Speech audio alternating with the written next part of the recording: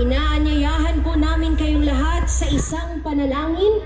Pangungunahan tayo ng kapatid na Israel Facundo.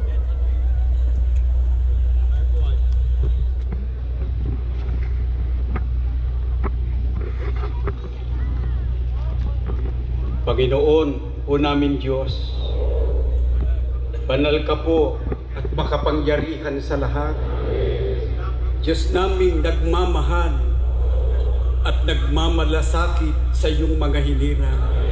Pinupuri ka namin, Ama. Sinasamba po ang iyong banal na pangalan. Salamat po, buhay kamit malakas.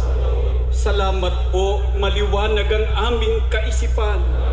Salamat po sa iyo, nakarating kami ng payapa sa dakong ito para dito'y magawa namin ang pakikipagkaisa bilang pagsunod sa iyong dakilang kalooban. Nagmamakaawa kami sa iyo, Ama. Bakuran mo sana kami ng iyong kapayapaan. Ilayo kami sa mga taong nag-iisip ng kasamaan. Sana po mapabalagi namin ang kapayapaan at ang kaligtasan ng aming pagtitipon. Salamat din po